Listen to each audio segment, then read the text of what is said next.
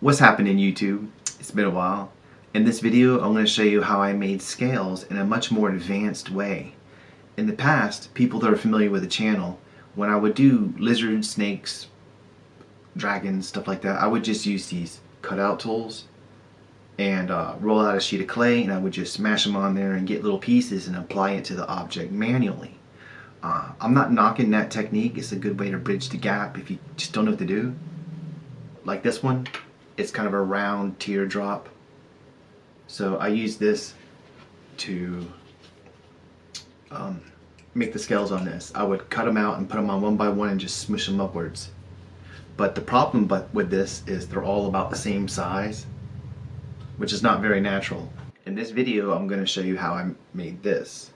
It's just a hunk of clay, but all this right here has been hand carved, like drawn on and tooled.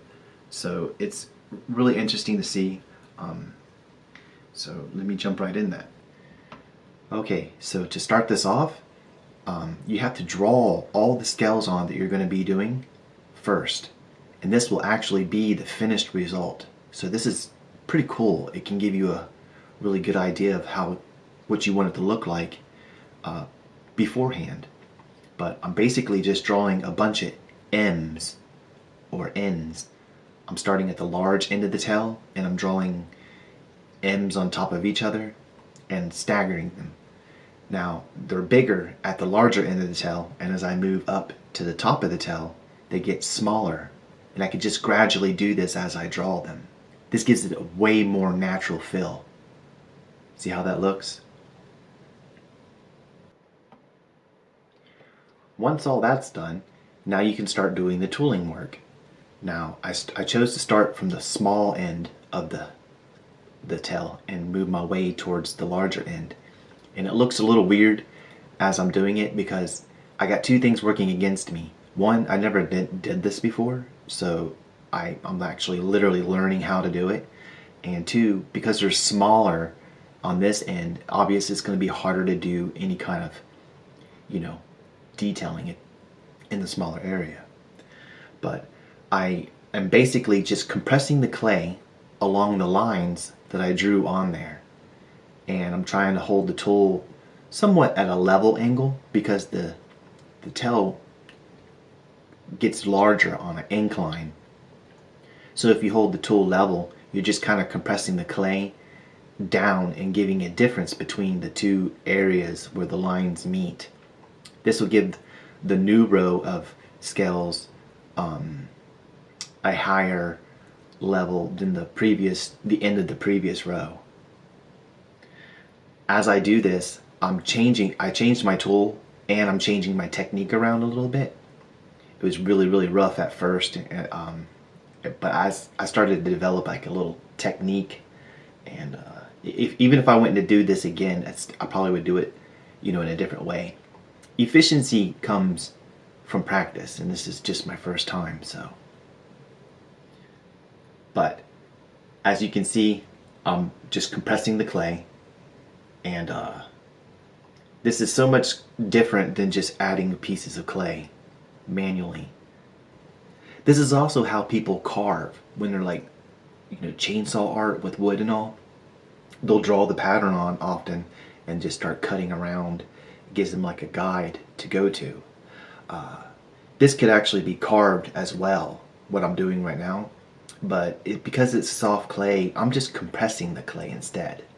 But if I had sharp tools, I could technically cut into the next line and the back side of the next scale and actually cut like a wedge out of it.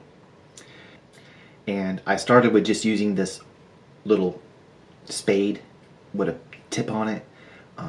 Later on I tried using other tools.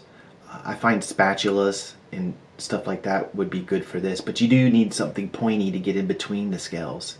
So this pointy tool works pretty good. I also was changing my technique a little bit as I went too.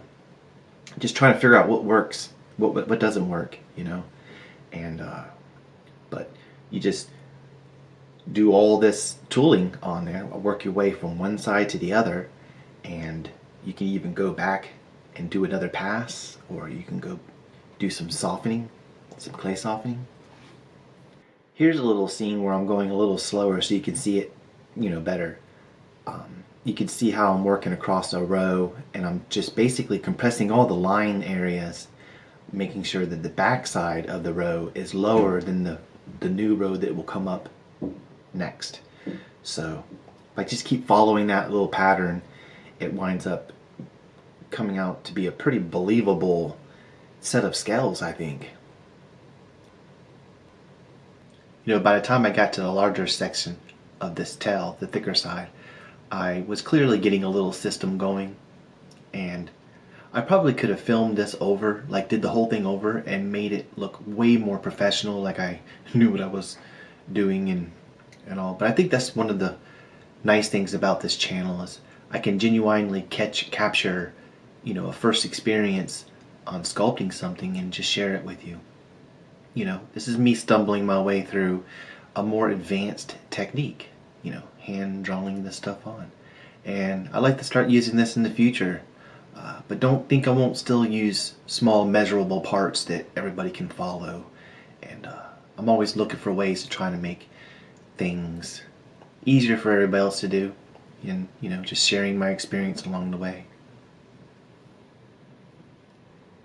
For this next part, I actually like using clay softener to take the tool work out of what I'm doing.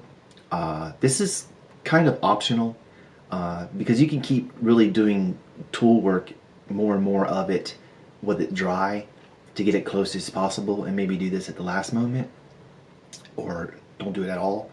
It's something I like to do, and just something to keep in mind is if you put clay softener on it, it's hard to get it off of it. You have to leach it out with some paper towels or something.